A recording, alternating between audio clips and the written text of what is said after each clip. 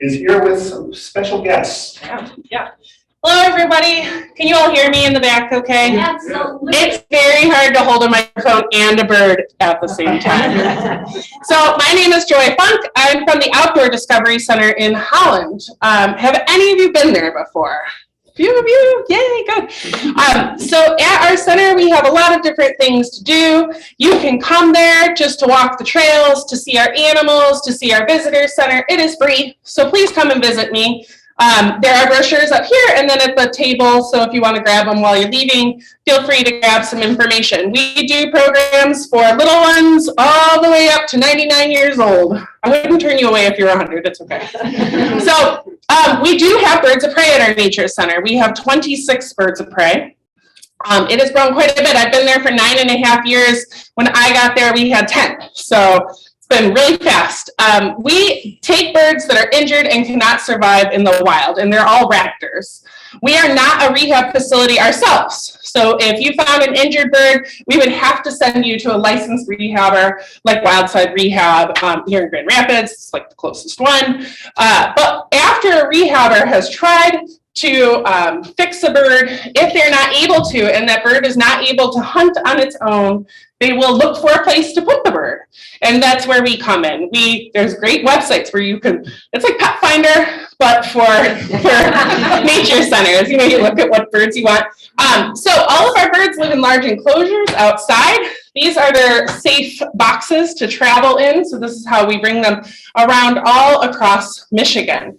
So I brought birds from hawks, I brought birds from owls, and I brought maybe an eagle, and I brought a falcon too. So let's jump right in. They're not flighted, I have to say. Most of them cannot fly. They will be standing on my glove the entire program. They might flap their wings. They might jump off my glove. That's okay. I will make sure to get them back up.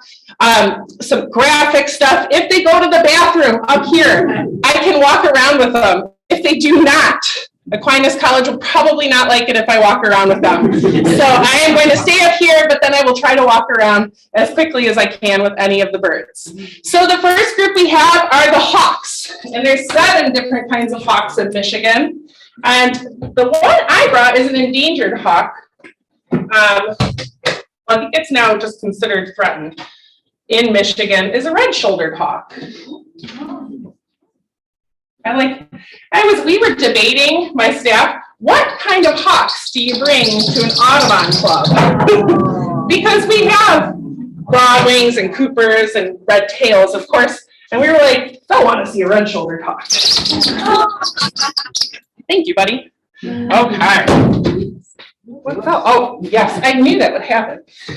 So this is my red-shouldered hawk. We don't name our birds because we have a lot of children that visit our nature center, and we just don't want them to think that they're pets. So this is just red-shouldered hawk number 3. We've had him for a few years now. We're assuming he's a male by his size. So you should all know that they don't have any different colors between the female and the male species. They don't have sexual dimorphism like that, but the males are going to be smaller than the females. And we do have a female, because she lays eggs, we're pretty sure, right? Yep. So this one weighs significantly less than that hawk, so this is probably a male. He only weighs about 1.5 pounds, so he does not weigh a lot. Most of the raptors are very lightweight to help them fly. And our red-shouldered has an injured wing. He was struck by a vehicle. Most of our birds were struck. And so he's unable to fly. He also has a little feather stuck to his head, but he won't let me remove that, trust me. So we got this bird when he was a juvenile, so. Well, you are just very talkative, aren't you? I want you to know that there's a ceiling in here. I'm used to being outside. There we go. We got this bird when he was a juvenile, so he had different coloration. If we get our birds when they're not juveniles, when they're already adults, there's no way to age them. So we're just guessing. We have no idea. But since we've had this hawk for 4 years now, I think, and he was about 1 when we got him, so he's about 5 years old. In captivity, they can live to be about 20 to 25. So he's got a little bit more to go. in the wild, maybe into their teenage years, okay? And he is just a fun bird to use because he is not very scared of people because we've had him since he was pretty young, but he exhibits some pretty good displays. If you notice, if I bother him, he might get poofy on his chest, and he raises his hackles, the feathers on the back of his head, just like a dog. So he's trying to show me how big and tough he is. He's showing me that he will definitely not be happy if I try to attack him. You can see how poofy he is here. But the fun thing about him is he calms down pretty quickly, and then you can kind of see his normal size and what he would look like perched in a tree. But he definitely has to act tough. And I always love that his feathers stick up in the back because a lot of animals do that. Make their fur, their feathers stick up. So it's a good way to check out this red-shouldered hawk. And red-shouldered hawks used to be the most common hawk in Michigan, pre-settlement. And that was because they were a woodland hawk. So you're going to find these hawks living in the forests. They have long tails that are kind of skinny. Even though they're a boodio, they still have these long, skinny tails that help them navigate through the woods when they're flying in between all those trees. And so now that they are not as common as they used to be, red-shouldered or red-tailed hawks have taken over a lot of the habitat that they would have lived in, right? Red-tailed hawks are bigger, better at catching bigger prey, right? Just better at being hawks because they're so large. And so these red shoulders, their population is stable, but just because of habitat loss, there's not as many as there used to be. And red-shouldered hawks really have this like buffy red color. And then they have a red color on their wing shoulders, which I don't know if he'll show it off. We'll try. There we go. That's why they're called red-shouldered hawks. They are quite vocal. They do make a very, very loud screaming call. I can play it for you if you're not familiar with it. I used to live in Kentucky, and we had a lot of red-shouldered hawks just kind of all around in Kentucky. But near where I lived was like in a city. And I was sitting in my room one day, and I was like, why is there a red-shouldered hawk calling next to my very in the city apartment? And I heard this, very evident. So I went running outside, and I was like, where's the red-shouldered? It was a blue jay. He was like, haha, I got you. But we did have a lot of them in the woods that we lived in. So if you ever hear that call when you're out hiking in the woods or by a dune, that's going to be a red-shouldered hawk.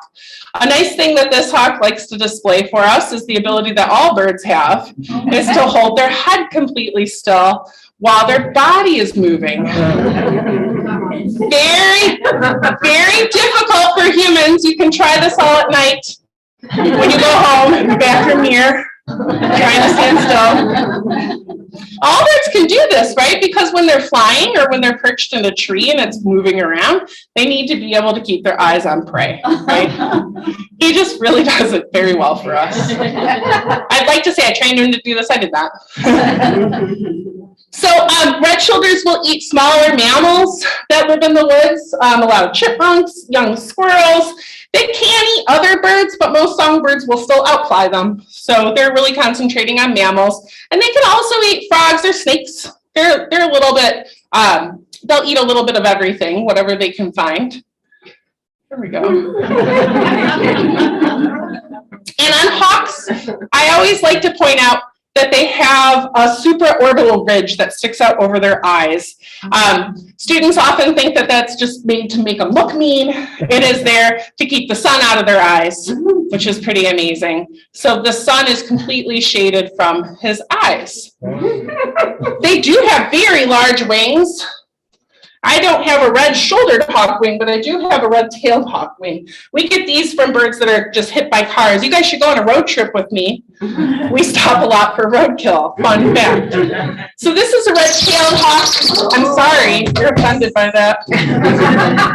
This is a red-tailed hawk wing, so it's very large to be able to soar up in the sky. And that's often how they're going to hunt, is they are going to sit up high and try to find their prey from far away. They have amazing eyesight. If you were to put a red-shouldered hawk on one end of a football field and then put a quarter at the other end of the football field, they can see the president's head on that quarter. So that's an idea of how good their eyesight is. They do catch their food with their big, strong feet. Hawks are known for their strong feet. Usually they will catch it and then impale it right away and then be able to eat in peace without the animal being alive. Do you have any questions about hawks or the red-shouldered hawk? I'm totally open for questions. I love them. Yeah. So are you going to try to breed these if you have a male? That's a great question. We are not allowed to. We have a license to have these birds and to do education programs. You need a whole separate breeding license to do that. And because he's so young, when we got him, he's pretty imprinted. And if you all know what that means, he just either thinks I'm a bird or he thinks he's a human. He would be a bad dad, right? But there are programs that raise birds at different organizations.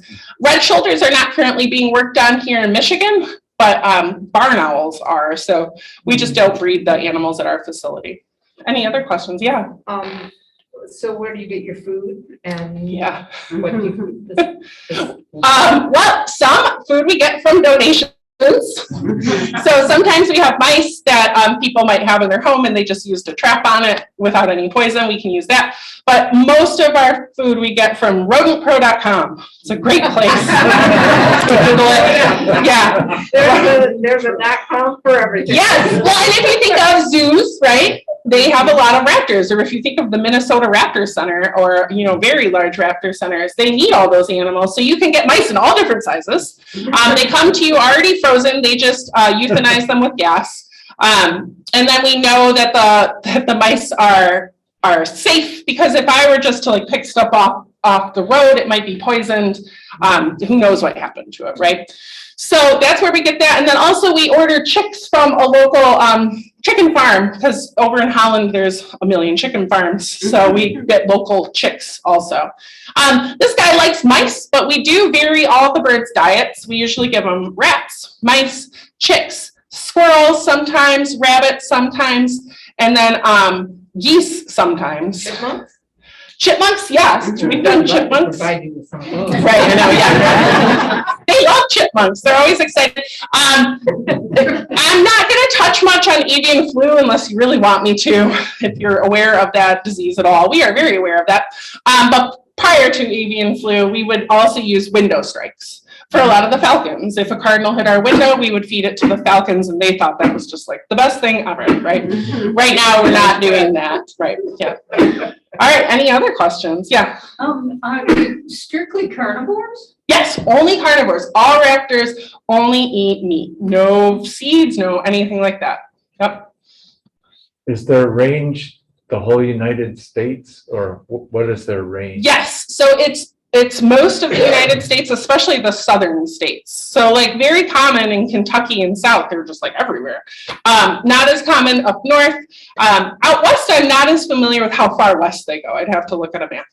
Yeah. Yes. How much do you feed each bird? Do you go by their weight or? That's a good question. So we do weigh these birds. As soon as I take them out of the cage, I weigh them right away. And that's how we keep a close look at their health. And then we depend on the weather a lot. So in the winter, they get a completely different diet than in the summer. They get much more food during the winter. They would normally bulk up, during the winter. The female, one of these that we have that lays eggs that are not fertilized, but she lays them anyways. We give her more food when she's laying eggs. It's super stressful on her body.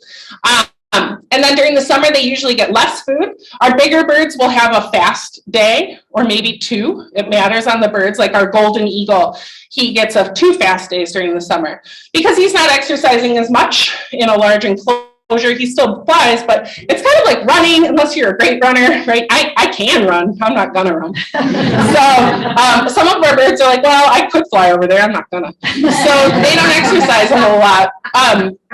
But we vary it, and then we just watch their weight. So if they drop in weight, we'll bulk them up. And then if they're getting overweight, which is a real problem for any animal in captivity, we will lessen their food. Yep. Yeah. Yeah. Are most of your birds kept outside? Yeah, it's all outdoors. Mm-hmm.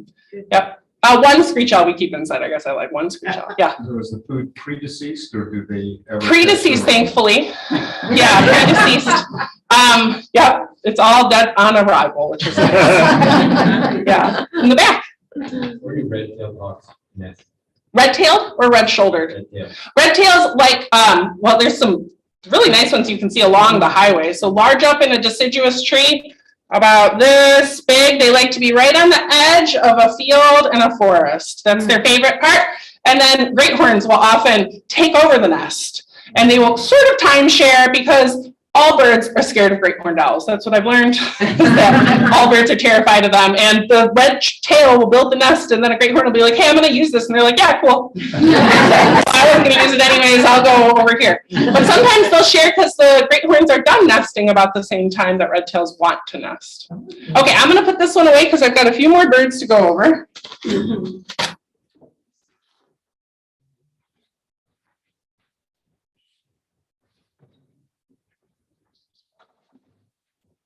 There we go. All right, so the next one I have is our Peregrine Falcon. Now, Peregrine's gonna flap his wings a lot more than the red-tailed did, or red-shouldered did. That's okay. That's normal for him. Come on. There we go. He's very pretty.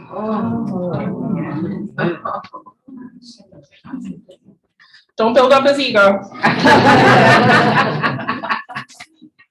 I know. Okay. So our Peregrine was actually born in Detroit on one of the skyscrapers there. And what we think, he was just found on the road with a broken wing.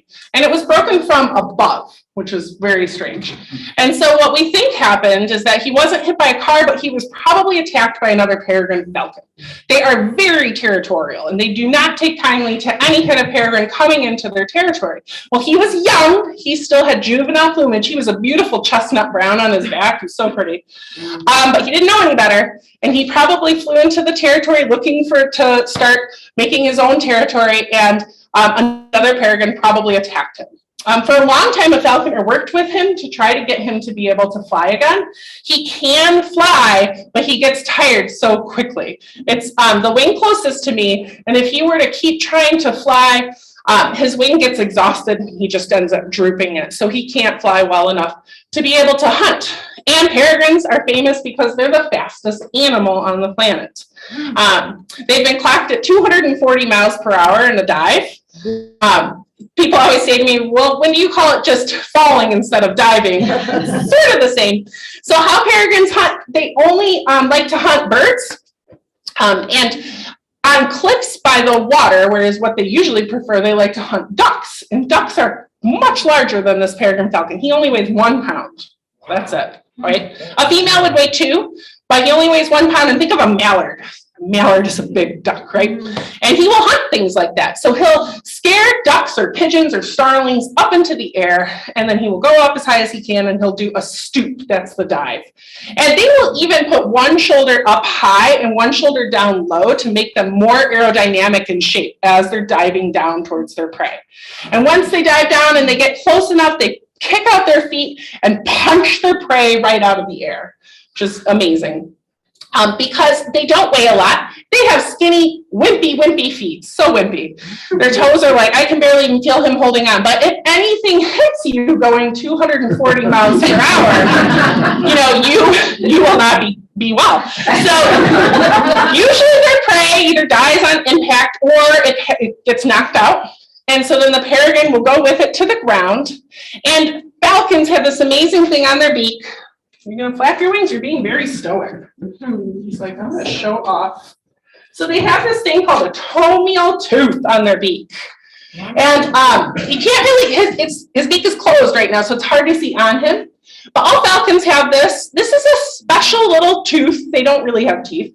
That is there to sever the spinal cord of their prey. So if you're trying to eat your cheeseburger and it starts to try to get away from you, you want to be able to incapacitate that cheeseburger. So falcons, because they're not very strong feet-wise, they have this little special tooth right on their beak to be able to grab the back of their prey's neck and twist and pull.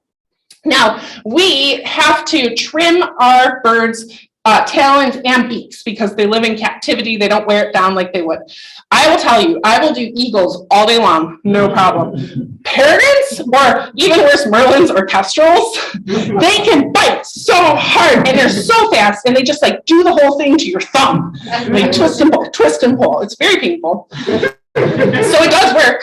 And they also have an extra fancy thing in their nose called a bony tubercle that helps them breathe while they're falling.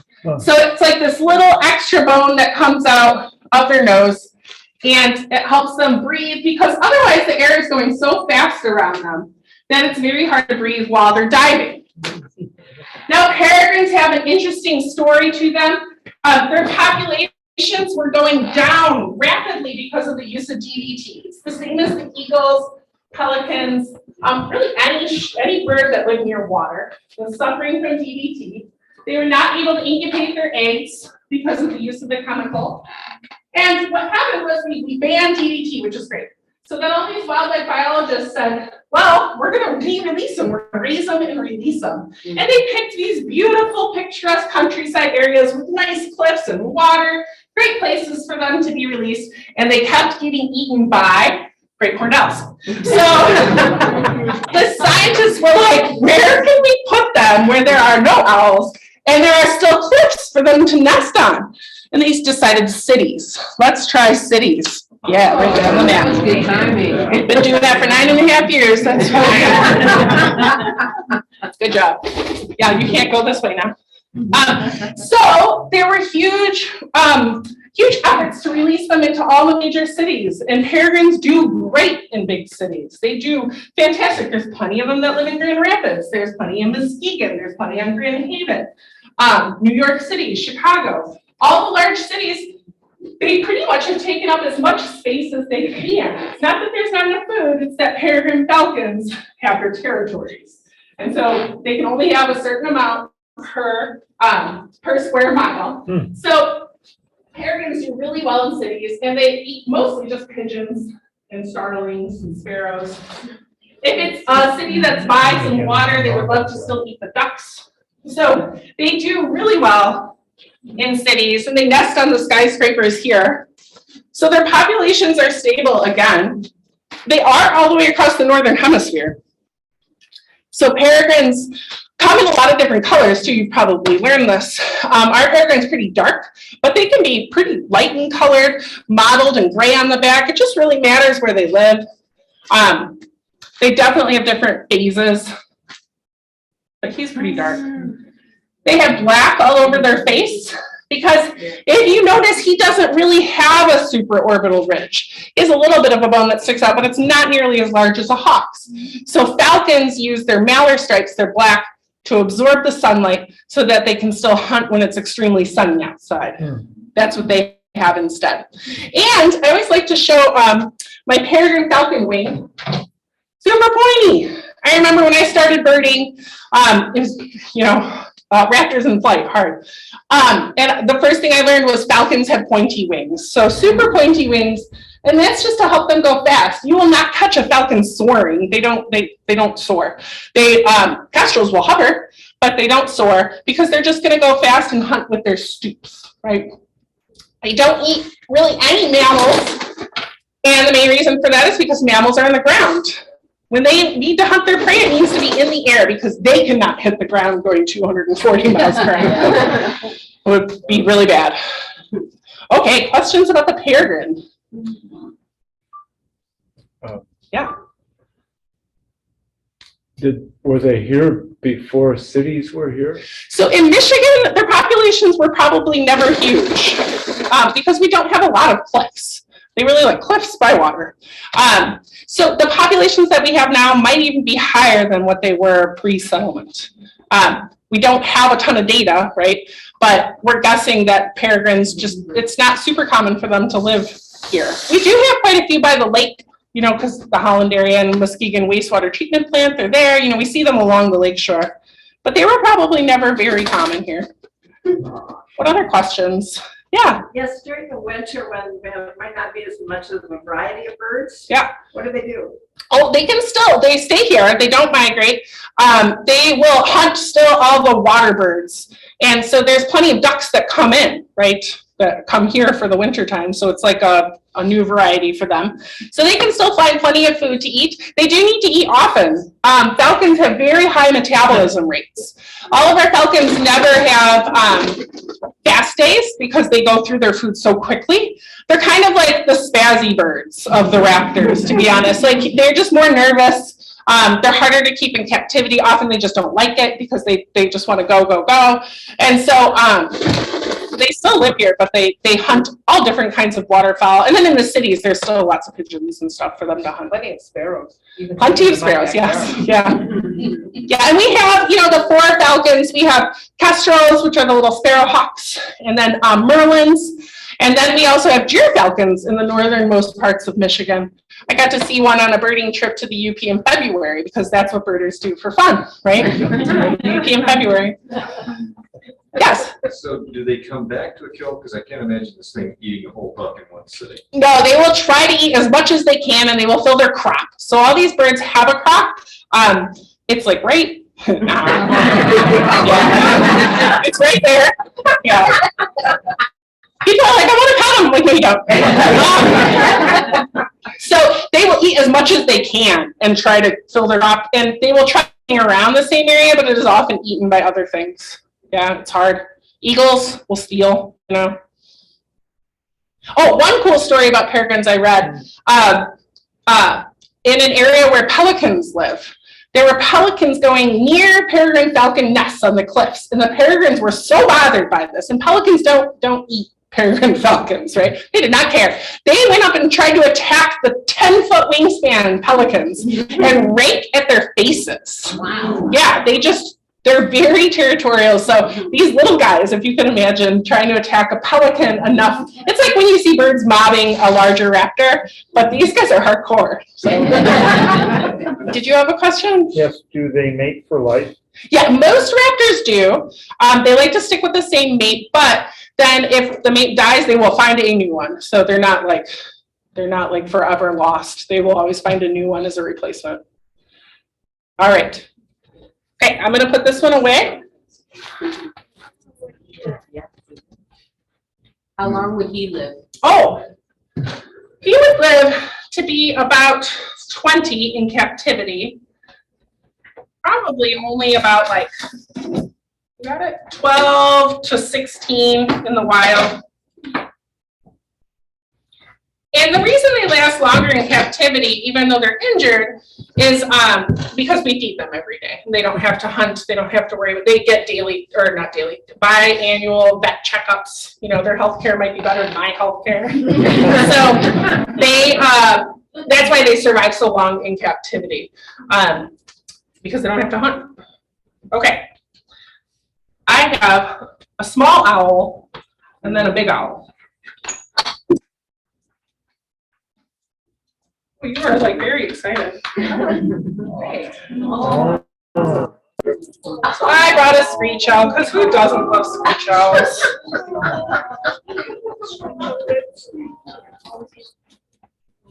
Okay. Hey, do you want to turn around? You're facing the wrong way. Please. No. Thank you. Thanks. The beak clacking is the attitude. Okay, so this is our Screech Owl. And I really like this owl because it has the red coloring, which is not as common in Michigan. We have both. We have both flavors, red and gray. When I lived in Kentucky, we had more red phases than gray phases, so it was exciting to get a gray phase. This one has an injured eye. You can tell one of his eyes is missing. Often with owls, they get eye injuries because when they're flying, their eyes stick out of their head. But when they're flying, they might strike a vehicle or a branch even, because their eyes are shaped like the top of an ice cream cone. They kind of stick out like this. And they don't have any of that supraorbital ridge. There's nothing. Like if you go like this, you're not going to hit your eye. If an owl did that, it would hit its eye because it sticks out so far for them to be able to gather light. So many owls have eye injuries that, it's not nearly as easy to hunt with one eye. So screech owls generally weigh about 1/4 pound. This one's a female, so I think this one weighs a little bit more than that. Don't worry, it's okay. We have quite a few screech owls, but I want to play the sound they make. I know a lot of you are familiar with it, but it's always fun to hear. They don't hoot. They make a sound like this. Like a horse, a ghost horse in the woods.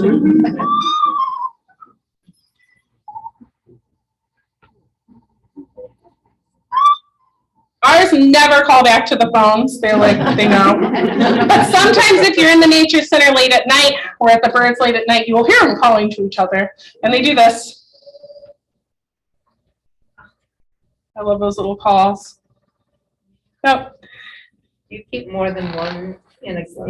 Yeah, so this one was with 2 other screech owls. We keep, our red tails are together, our vultures are together, barred owls are together.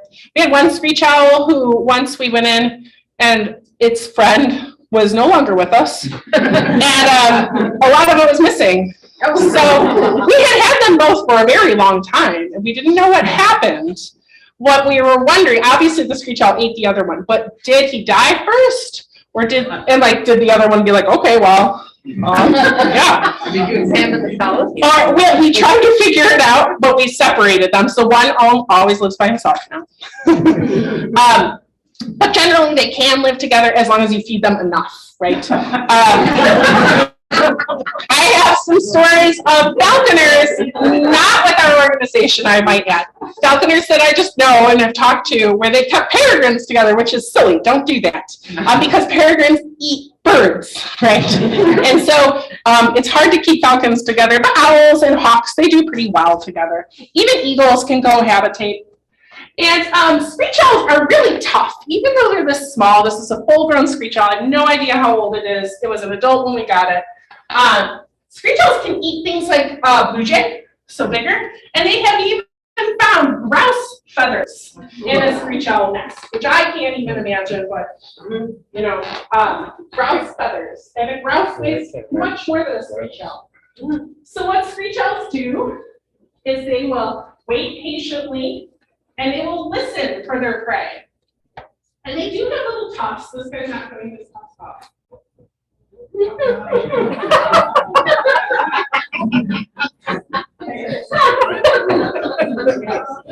me tell you, it's very bothersome. So the screech owls, those are his ears. Those are just feathers. His ears are under his feathers, and he would be very angry if I showed you his ears. And on screech owls, they're about the same as ours, but on some owls, like oriole owls, one is like up high and one is really down low. On barn owls, their skin flaps, like this part, comes out and it's shaped different ways so that they can pinpoint sound much better than we can because they're nocturnal hunters. So they listen for their prey. Great gray owls can hear a mouse under 18 inches of snow. Right? That's amazing. They'll sit there. And then once they hear their prey, they'll turn their head to be able to see it. Owls cannot turn their head in a whole circle, but they can do 3/4 of a circle. So us as humans, we can put our chin over one shoulder. That's about it. And owls can take their chin and bring it all the way around to the other shoulder. They have special neck vertebrae that have extra room in them so that the blood vessels don't get pinched when they turn their head, otherwise they would pass out. So that gives you an amazing idea as even their bones are a different shape to be able to turn their head so much. And you all have 7 neck vertebrae. Giraffe has 7, just big ones. Owls have 14, so they have quite a bit more. Swans, I think, are the most with 21 or 25. So birds have really long necks stuck in their tiny little bodies. And that's how they can turn their heads so much. They can turn their heads sideways and like upside down too. You've probably seen a picture of that. I can't make this, I'll do any of those things. So I'll be like, no thanks. So once they spot their prey with their amazing eyesight, they can see just as well as we can during the day as they can at night. Or vice versa. Are you hot? It's warm in here. He's panting. Once they spot their prey, they will dive down and grab it with their tiny little talons. Often it is sleeping, so you could decide if that's tricky or not. But that's how they get a lot of their songbirds. Screech owls will eat tons of things: birds, mice, moles, voles, insects, moths. Pretty neat. There's a species of screech owl out west that can live with blind snakes in their nest. Yeah, and the snakes take care of a lot of the nest parasites. And so the screech owls allow the snakes to live in their nest, which is pretty neat. Not here in Michigan, but that's still cool. I'd like to talk about it. So, all right. Any questions about screech owls? Yeah. So down in Florida, we have 2 nest spots. Yeah. One is for the screech owl, one is for the woodpeckers. Yes. And we will see Screech come in one. Yeah. We won't see him for a week, and then he'll show his face out of the other one. Yeah. Disappear. Yeah. Maybe we'll see him again. What is he doing? Are the woodpeckers in the other one? Well, I'm not really sure anymore. He's probably eating the woodpeckers. Well, Or and also what is that? a lot of birds will have more than one nest, because just in case one of them gets. We were wondering, like, Yeah. do they, like, the male say, how do you like this box? And he's waiting for someone to Yeah, show up. yeah, they can. Or does he have a couple boxes and takes a parade at home? Right. So a lot of birds do it very differently, right? So screech owls can have like a few different areas, maybe 1 or 2 spots where the man is like trying to show off with his calls, like, hey, come look at my cool tree I have. And then maybe the female will be like, yeah, it's nice, but I kind of like want this one over here. And then they'll go habitate there. Screech owls don't do this, but wrens will often like stuff a place with sticks. Like, look at all the sticks I got. Don't you love all my sticks? And the girls will be like, oh, that's great. And then they will make a completely different nest, you know. So sometimes they're just showing off, but also raptors will have maybe 1 or 2 nest spots until they lay their eggs. Because what if one falls out of a tree, or what if something happens to one? Eagles do this all the time. Eagles can have like 3 nests because eagle nests get huge and they fall down. So I think eagles are like, I'll just make more. And that's their strategy. Well, we weren't sure, do they rest in the boxes? Like, is that just like a place to go chill? Yeah, so you can find them in cavities and trees or boxes more often than other birds will do, because usually most birds just use their nest box for a nest box and then like stop using it for the rest of the year, only when they're raising young. But screech owls really prefer to live in cavities, so you will see them all times of the year, and then they will like stick their heads out because they really like the sunshine. Oh, yeah. And they just sit there with their face right at the entry and the sun's beating down on them. Yes, they don't mind it because it's a nice protected spot. Okay. Yeah. Yeah. You said it's getting hot. How do they cool themselves? Do they pant? They pant. Yeah. So he was doing like this little panting. It's hard to see on him. I bet you the next one will probably pant.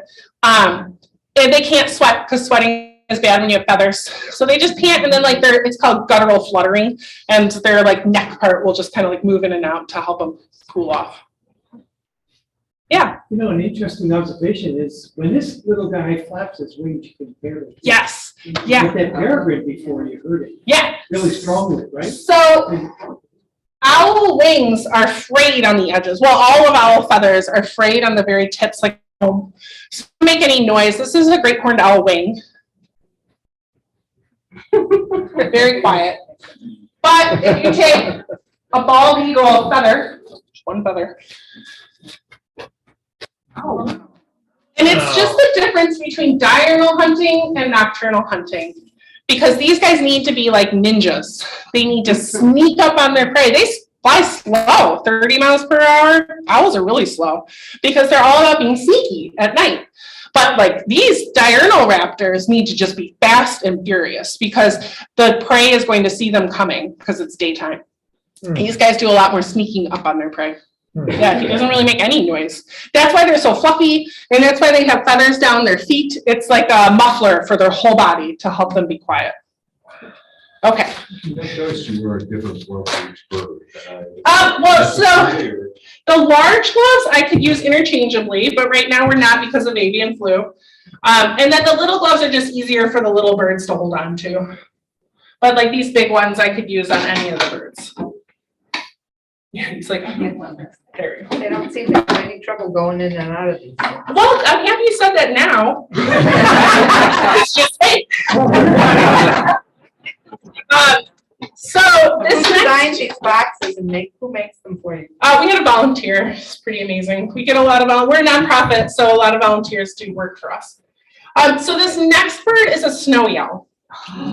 So he has been with us for about a year, and we're still in the training stages. So some things about snowy owls is that he will probably want to get out of this box like none other. And he might try to fly away for a while on my glove, and we just let him try to do that. And after he's done, he might hang for a second, and then I have to put him back up. That's the skill he's working on, is we call it regaining the bait, because he just wants to keep going. Because he can fly, and so he wants to go. He can't fly high. He was struck by a car up in Traverse City. But he can fly at about 4 feet for a very long time. So he wants to do that.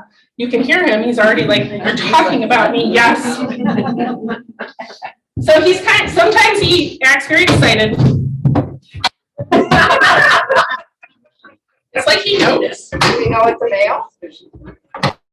Yes, we're pretty sure. Oh, there are a lot of people say that the colorations that can be different between snowies. I'm sure you've all read that. The exact science is out on that. Thank you. Okay, we're in a room. We're in a room. He's like, what? I mean, imagine you were just in your cage, right? And then you got put in this box, which is fine. And now you're in a room with a ceiling and lights. Yep, you're fine. We're gonna stop moving right here. You don't even have to try to get away. You could just stay here. So one of the things we do when we train our birds is touch them a lot on their feet and on their chest. This helps it so that we can do health checks without them being stressed out. It also helps me distract him if he's feeling like he's gonna try to take off. He's pretty, isn't he? Yeah. So, snowy owl, like I said, we got from Traverse City, a great rehabber up there, North Sky Rat Sanctuary. They do a great job. And he was right by the Traverse City Airport. So you probably all know that snowy owls are very common here in Michigan during the winter time. You can find them anywhere. And they live during the summer in the tundra. So they don't want to go to a forest. They don't live in trees. They like to live on the ground. So that's why we find them by airports. That's why we find them in farm fields. That's why we find them almost always on the ground. People always joke that it's the season where you look for Meyer bags on the ground, but they're owls. So snowy owls are diurnal. They do not hunt at night because it is often not night where they live. And they like to eat a lot of lemmings. So their populations do change as the lemming populations go up and down, and that will affect how many come down, maybe even all the way down to St. Louis sometimes. It's really based on how many snowy owls are up north. And so our snowy is sort of like a diva. He has his own air-conditioned area at our nature center, so he can go in and out to the AC. During the summer, we lock him out of the outside because it can get too hot. And the problem with snowy owls is that, they get very warm. His feet are amazing. They're huge and they're big and furry. And if he gets too hot, his stress level will go up. So it's not the heat that makes him sick, it's the stress that makes him sick. And then he's more susceptible to diseases. And a lot of diseases like West Nile, avian flu are not very common in the tundra. So they're things that has not built up an immune system to yet. So that's why it is difficult to keep snowy owls in captivity. I know John Ball just got 2, which is great. And then we just got this one, and he has his air-conditioned room. And he gets special treatment from the vet. And he gets a lot of attention, I would say. But rightfully so. They're really large. He is bigger than a great horned owl. So the largest bird in Michigan is a great gray, which you're only going to find up in the UP. And this one, then a great horned. And they weigh more than that. This guy weighs about 5 pounds, which our great horned only weighs about 3 pounds. So that gives you an idea as to how much larger they are. They're amazing at hunting. They have very strong feet. If they were to grab your hand and squeeze, it would break the bones in your hand. So they can really hunt large things. They'll hunt rabbits and lemmings and moles and voles. Not a lot of birds, right? They're not very fast, but they'll eat mammals that they can find on the ground. He does have a sharp beak under that, all those feathers. But all those feathers there on his face will help protect his face from snow and wind. There, you gonna show your wings? Yeah. There we go. Good job. And he doesn't make any noise. Doesn't make any noise. He hisses, which he's just did to me. He hisses to let me know. And then they like bark to each other when they're in the mating season. But otherwise they don't hoot or anything like that. They're very quiet birds. And they have those giant eyes. So his eyes are about the same size as my eyes, which help him see all the time. Even though he's nocturnal, he still has the eyes of an owl.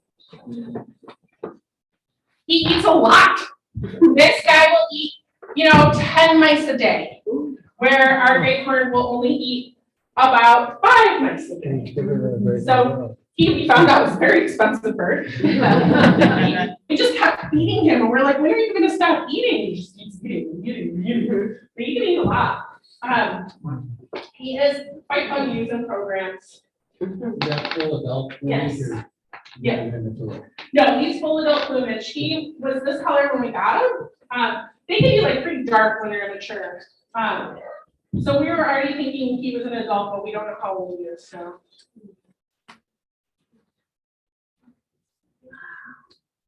He's doing very good. Yeah, he is. I'm pretty surprised about that. He's like, oh, this is the Audubon Club. I have to be on my best behavior. We had to talk. Is that fur or feathers around his feet? All feathers. Isn't that amazing? Mhm. Yeah, all little feathers on his feet. What is the benefit of his weight being so much more? Well, it's probably just because of where he lives. So, usually as you go north, animals get larger. So he's all the way up in the tundra, and just having all that body weight will help you keep warm and will help you survive. And then there's plenty of food available, so they can get larger. They're just much bigger animals. Is there any reason for the yellow eye? To be what? Is there any reason for the yellow eye? Is there a? Oh, scientists don't know, because like barred owls have brown eyes. They can't tell why birds have different eye colors. Like if you think about Cooper's hawks too, when they're young, they have red eyes, but then when they're adults, they have like a pretty yellow orangey eye. And from what I've read is that the best guess is for the color change, like eagles and hawks all have this, is so that the other birds will know it's a juvenile and will maybe cut them some slack if they're acting poorly. That's the only guy. There's no, scientists can't figure out why they have different colored eyes. So like owls, like great horns have the very yellow eyes, just like this one. And then bards have brown eyes, but they still have a big pupil. It's just hard to see. You have to get pretty up close. So they don't know why. What does a snowy's egg look like? What does it look like? I don't, well, I've never seen one. I don't know how spotted they are. I'd have to Google it. I wondered. Yeah, but I'm thinking it's probably going to be like this big, right? And it's probably got some good modeling to it because they're nesting on the ground. There. We can Google it though and check it out. Yeah. Are there any predators that bother their nests? Oh, their nests. Yes, yes. When they're young and when they're young and they're babies still, there's lots of other birds that will try to eat them.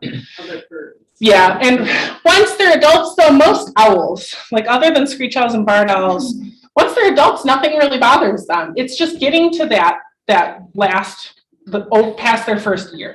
Most raptors generally can, about 75% die. So usually 1 out of 4 eggs will live, or 1 out of 3 eggs will live. So that's generally what people think, but often they are the top predators in the food chain. So, usually predators, there will be less predators than there are prey. So it's that first year of life that's really difficult. Even with eagles, they're usually laying three-ish eggs. Usually 1 of those will live to be adults. Okay, I know it's already, 8:30. Yeah, thanks.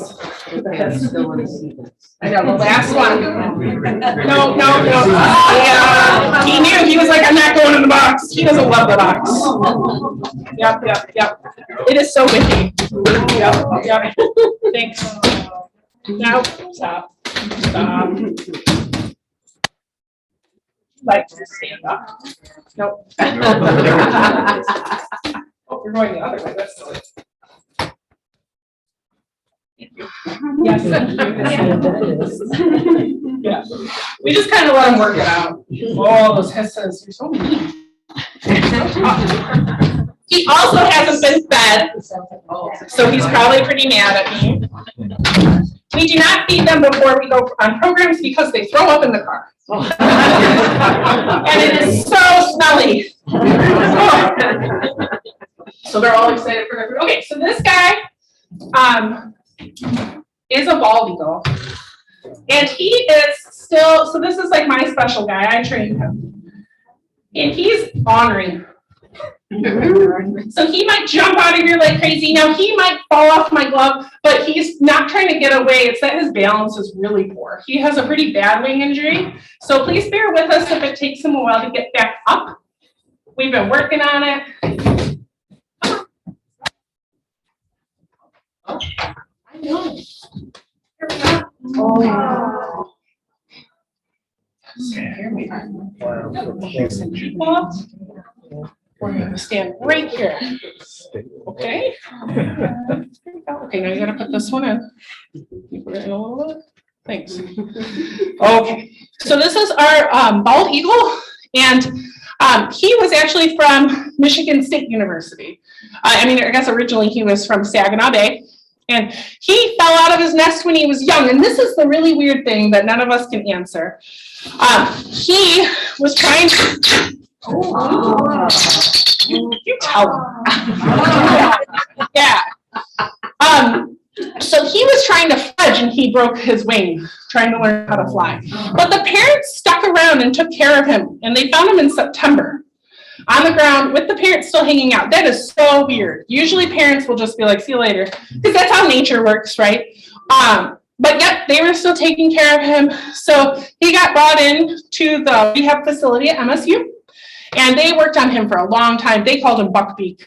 So you can call him Buckbeak if you want to. And they tried to repair this wing, but it is so severely injured, he can't open it all the way. It's like about this, right? Well, how old is he? So this is where I have to remember the math in my head. I was training him before I had my kid. My kid's 4.5. And so it was 5.5 years ago. So he's about 6.5 now. It takes them a while to become. Yeah, you got it. So he was brown when we had him. Yeah, thanks. Yeah. So he was. I was talking. He was all brown. So we have pictures of him at the Nature Center. He was all brown with just a few little white splotches, and we watched him turn from that into a full-grown eagle. So yeah, he would probably be 7 this April, right? So that's our guess on about how old he was, because he was very young when we got him. And it took me about 2 years to train him completely to be on the glove like this. Bald eagles are known for being kind of grumpy, to be honest. They're harder to train. Most of our raptors will attack with feet. That's their biggest weapon, except for the falcons, right? But they will try to attack with their feet. But eagles are known to attack with their feet and their beaks. They really like to bite. So you have to be quite careful while you're working with them. And you're not going to be able to take off in here. So bald eagles, it takes them 5 years to get that white head and that white tail. And also their beak is brown when they're born, and their eyes are brown. So he changed all of his coloring to be an adult eagle. And eagles, their populations are very stable. They are not a species of concern anymore. They are stable across the United States. And mainly they had the same problems as the peregrine with that chemical DDT. They couldn't incubate their eggs. And eagles are, of course, known because they're our national symbol, right? They like to eat fish and ducks. That's their favorite thing to eat. But they will eat carrion, and they will definitely steal food from other animals. They love to steal food because then they didn't have to get it themselves. They like to live maybe sometimes by osprey, and ospreys will catch the food and then they'll take it right away. So sometimes people think they're lazy. Benjamin Franklin mentioned that in the letter once. And he didn't like them. He thought the national bird should be the turkey. You can decide. I think turkeys are awesome. So But they are very powerful. They have these huge talons that are the same, or huge feet, same size as my hand. If they squeezed my arm, he could break it. So they are about 10 times stronger than an average human person. And they have polarized lens on their eyeballs to help them see fish in the water, which is amazing. So they can go up high and then dive down to grab those fish out of the water. And then they have very, very sharp beaks to help them pull apart those fish. But they really like to eat ducks just as much as fish. Yep. And you heard his call. Often in movies, they play a red-tailed hawk call instead of a bald eagle call. I don't know why. I guess Hollywood thinks that red-tailed hawk calls are more majestic. I think your call is fine. So it's kind of like a cackling, laughing call. They do make one of the largest nests. Their nests can be very, very deep. The one in Florida that was the biggest one was 20 feet deep. That's a 2-story building. You can fit a small car in some of their nests. Because what they do to be able to nest is they're horrible housekeepers. They'll come back to the same nest as much as it's standing there, right? That's why we were talking about how they might build 2 or 3 nests, but they will come back to the same nest with the same partner every year. And instead of cleaning it, because their nest can get pretty gross, right? A lot of poop, a lot of like bones, a lot of castings. Instead of cleaning it, it's like if you were to sweep everything under your rug, they just put more sticks on top. They just say, this will be fine. I'm just gonna put like another layer of sticks. And so eagles can live to be 30, 40 in the wild. So if they live that long and they're using those nests for 25 years, that's how they get so big, right? Yes. Until they eventually fall over. Yeah, thanks. They have special, like, rough feet to be able to help them catch fish and keep them in their hands or in their feet, I guess I should say. And they do usually lay about 3 to 4 eggs. Often the first one born is the one that survives. The older ones do steal food from the other ones. I have found it amusing with how many, public eagle cams there are nowadays. And there was one out in Connecticut where like they brought a cat and everybody was like, oh no, they ate a cat. Like, yeah, well, the cat was easy to catch. So you never know. They eat a lot of different things. Pretty much whatever they can get their talons on. Okay, do you guys have any other questions about eagles? Yeah. Stupid question, but on those cams, they seem to always bring back headless fish. Yeah, What do they do with that? they usually eat it. Most raptors like to eat the head first. Okay. It's a good sign of owls too. Like if you ever go into your chicken coop and things are missing their heads, usually an owl. And they eat it because they want to have the good protein and then they'll give the rest of it to the kiddos. Yeah. Yeah. I've seen pictures of eagles swimming Yeah, so with their wings. So they can, like when they catch a fish, because they sometimes will dive all the way underwater. That's not like their preferred, they're not like a loon or anything, but they'll go all the way underwater, and then if the fish is too heavy, so these raptors can only fly with about half of their weight. And he weighs about 9 pounds. He's a male. Girls can weigh up to 14 pounds. So if you go home and hold a gallon of milk like this, he weighs a little bit more than that. And what they'll do is they'll try to because it's a big catch, and so they'll try to get it out of the water by swimming with it, either to the shore, but sometimes they have to give up, right? So yeah, that happens frequently. You're gonna go over there? I don't think so. No, don't do it. He's ready. All right, yes. Is his swing raggedy because of his injury or is he molting? So this part right here is because he hits it on his cage. So he always breaks these wings because he doesn't have a lot of really great balance, and he has a hard time maneuvering his enclosure and trying to get down from high perches. Don't really learn,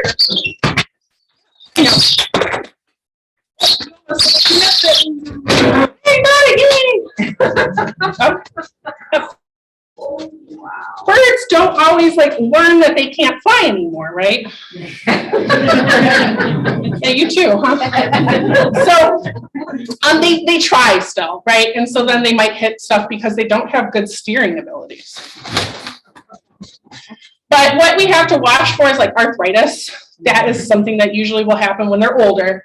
And then like if he had an open wound, I can't like up here, yeah. We would definitely have to like make some adjustments, but this is fine. So I noticed you use the vocal clue up. Yeah, so there's a few words we use with the birds. So raptors aren't very smart, like compared to crows or ravens or parrots. So it helps them sort of understand what they need to do. Some people think that it works. Some people think that it's just like us wanting it to work. But I use step up when they're supposed to step onto my hand. He's gonna roust his feathers in a second. So that usually helps them understand what we're trying to do. It reinforces. Yeah. Mm-hmm. Yep. And he loves to take baths too, so much. But he likes to take baths in private. So when I would train him every day, you know, I would give him some treats when we were done. And then I would hear him splash, splash, splash in his thing. Soon I'd open the door, he'd stop. Close the door and splash, splash, splash. I'd like peek, he'd stop. Yep, he loves baths though. So they do have nice amount of water to be able to, and sometimes we put fish in the baths, which is fun, like goldfish. Sad for the goldfish. I guess so. Sometimes we put frogs in there too. Bullfrogs. I don't really like bullfrogs, so we put bullfrogs in there. Yeah. So you said that they can live 30 or 40 years in the wild. How long is captivity? 60. Wow. Yeah. Wow. Yeah. Yeah, and it was my decision to get this guy. So I always just think, well, So you can't. whoever's after me. So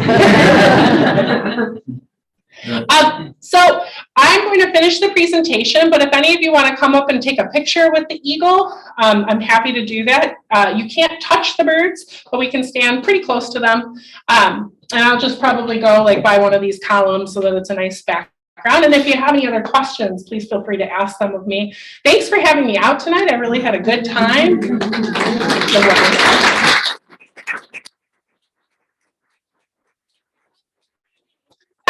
You can see these birds plus all of our other ones that we have there. Okay. Did you have a question?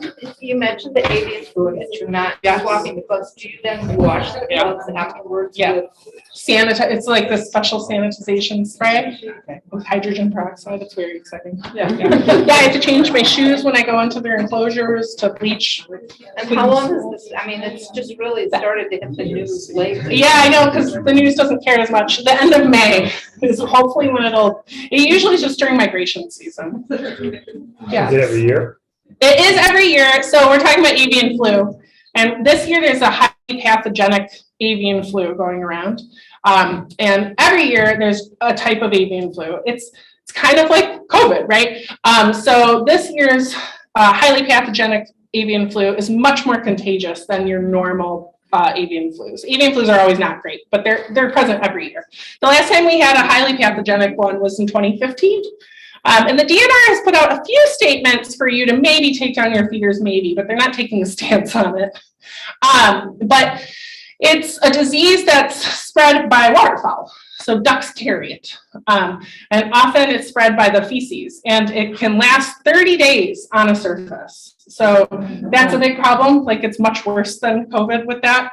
And they don't make masks for birds or vaccinations for birds. So yeah, like if I have to change my coat when I go into their cages, I have to change my shoes when I go into their cages. You can't freeze it. Like if I put my coat in the freezer, it'd still be alive on my coat when we're all finished. And in raptors, it's a 90% mortality rate. It's very high. So I do ask, if you have chickens at home, please do not come up to take a picture with my bird. Yes. You talk about taking down the feeders. Should Yeah. that be all summer to take them down, or is it No, a particular time? so primarily during migration season is when this is spreading all over, because so many birds are moving, right? Usually then about June, they're finished. And we took down our feeders at the center, but a lot of times people don't want to create a panic. It is not something that is going to affect humans. It will affect poultry prices. So if you notice your chicken or turkey prices going up, out west, it's been devastating. In the Dakotas and stuff, they've had to kill tens of thousands of birds. Because poultry, if they get it, they will spread it to all the birds, and they will also die. So that's why. And for feeders, they don't have a lot of data on wild birds because it is so hard to gather data on dead wild birds because they are just dead out in the wild, right? Unless you were reporting every dead bird you saw and they were taking it to get tested. So they don't have a lot of data on songbirds, but they know that raptors can die pretty quickly from it because, especially like eagles, because they're eating ducks and the ducks are carrying the viruses. So you're suggesting that every spring you take the Only when it's the highly Okay. pathogenic virus. Yeah, not every spring. And then just clean your feeders with bleach. You know, you should do that probably every year. So that'll help prevent things like Asper, which is a disease that they get in their respiratory systems, things like that. Thank you. Yeah. Okay, I'm gonna go stand over there with this eagle. This is really interesting. Good, yeah. We did it.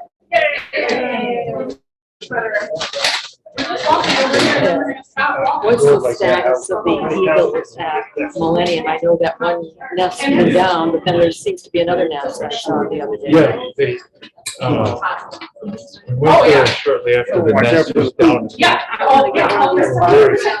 And like I say,